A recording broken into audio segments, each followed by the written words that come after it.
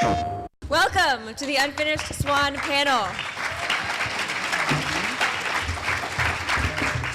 So I'm guessing that we have fans in here of indie games and small creative titles.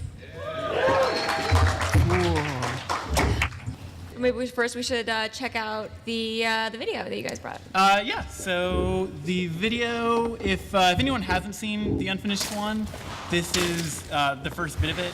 So the game is a first-person painting game, and it starts off in a completely white world, and the player is throwing these paintballs to sort of figure out what's around them. And our goal with the game was to create a sense of wonder for players.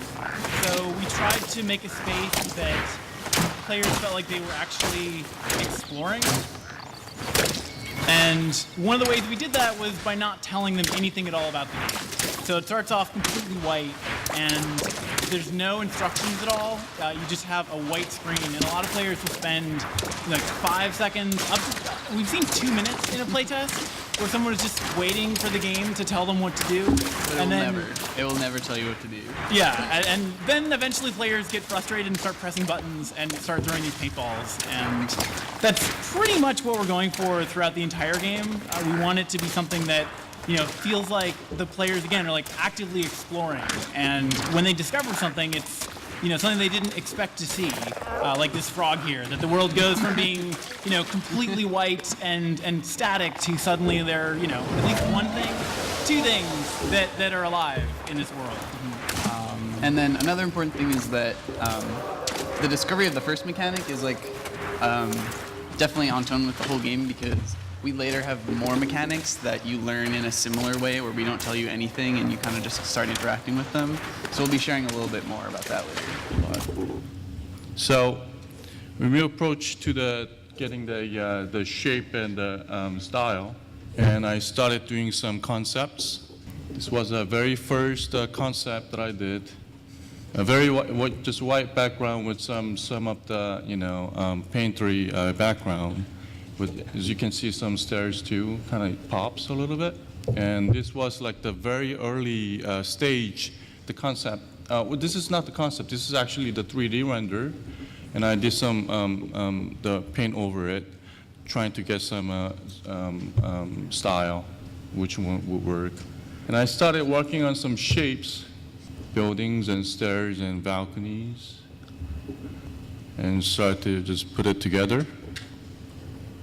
And then some more buildings, boxes. Now, is this something, this is like a level that people are going to be able to go through, or is this, you know, for the artists, like for the level designers, for example, when they're kind of trying to plan out what's going on? Yes, we have a not particularly the same, but very similar stage that has this very similar this background. One of the reasons that we brought Hokyo in, actually, you know, we had interviewed, I don't know, half a dozen or a dozen art directors, and Hokyo just had a really nice hand-drawn style that we felt like was a really good match for what we were trying to go for in the game. So one of the big inspirations for us was Shel Silverstein, and that kind of like hand-drawn, a little bit sloppy, but really like intimate feel that turns out to be really, really difficult to do in 3D, because everything just naturally feels too sharp and hard and kind of unhand-drawn, like it feels very manufactured. So on the design side, that was something that we were constantly looking for ways to take Hokyo's concept art and actually put it in the game. So we have like the cutscenes in the game are all hand-drawn. So you see like lines that come out and draw things. That was a way for us to inject a little bit more of a hand-drawn feel back into the game. Mm-hmm. So after that concepts, and we made a quick little, you know, box level. And then I think that it was too bold, too contrasty, kind of wanted to make it a little bit soft. And I have a boy, and I go to the Pottery Barn or, you know, the kids' furniture store, and I was just looking at this, the boy bedroom set was like, you know, sky blue with white. I thought it worked, just was so, made me feel so comfortable. So I took the idea and applied to our concept. And This actually is the same shot, but with the color, the blue. Now we have a blue. So now that there's the color in there, like how does the color appear to the gamer? I mean, is it sort of already there, or is it something that is also revealed? Yeah, in this area of the world, everything has already been revealed for you. So, we found that with the splatting paint mechanic, it was something that was very intense for players that worked better in short bursts. So there's still some like all white areas in this area of the world, but for the most part, players are now able to look around and sort of appreciate their surroundings. So now we're gonna see the result. This is what you see in the game right now. This is the game in-game shots. As you can see, there's vines too. I was trying to making it very soft, and I love the how do you say, the duotone? Sure.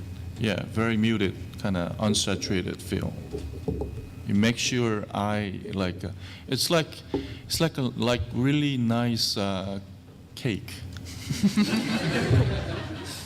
Very soft. Why is the game called Unfinished Swan?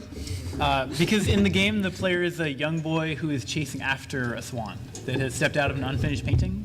So there's the swan that is frequently running ahead of you and provides some context and a goal for the player. Well, there you go. Okay, so I'm going to have you ask your question. Introduce yourself first. Hi, my name's Nick, and first I just want to say that this looks awesome. I just want to say it looks really, really good. I'm just wondering how this came from not even being an idea that existed to the team that you've created right now.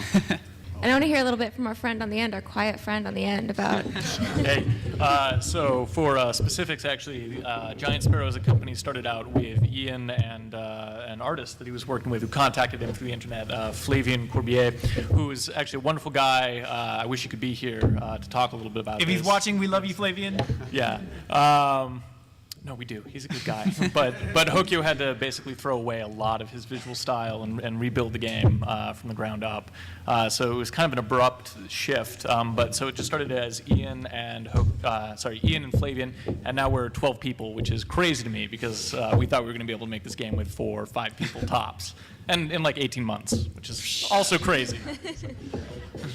And so, what are your offices like? Is everyone is it a big open space, or? We are incubated in Sony Santa Monica, so we're actually at the opposite end of the building from where God of War is made, behind the kitchen, but there are a lot of windows. In the corner. It's actually a very nice space. They're very nice people, yes. Hi, my name is Garrison, and I was wondering, when it comes to video games as an art form, we're in this time where we see games like Journey, games like Unfinished Swan, and Okami that's coming out soon. Do you see this going in a direction even more so as video games as an art form, or staying where it is? We're engaging with actual art in terms of painting, just like Okami is like very illustrated.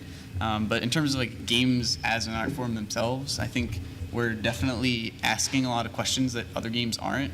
And so we're saying, like, in this game, we're not telling you how to do anything, and we're trusting you. And it's a game about exploration, and we don't have, like, puzzles per se. It's all about navigating architecture and what architecture means to different characters.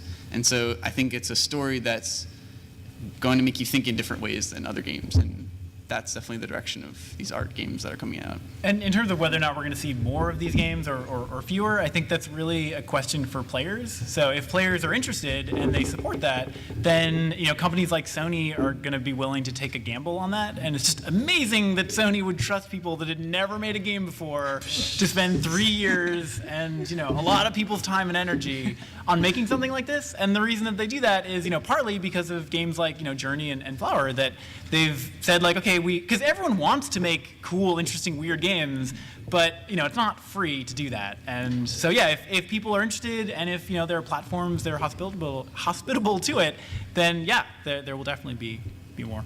So a little more directly, please buy the game, and it's incredibly flattering, and it's a great honor to be mentioned in the same sentence as games like Journey. I think at the end of the day, what we're trying to do with this game is create a sense of awe and wonder in players, and if we achieve that, I think we've succeeded. And then if somebody looks back on this game and says, "Hey, I think they pushed the medium forward. I think they helped the game stand up as art," then all the better. That's but players and player experience, that's number one for us. All right, guys, I'm sure you'll be hearing more about this game, and I can't wait to check it out. Thank you so much for our panelists. Thank you guys so much for coming here and checking out some of this awesome art.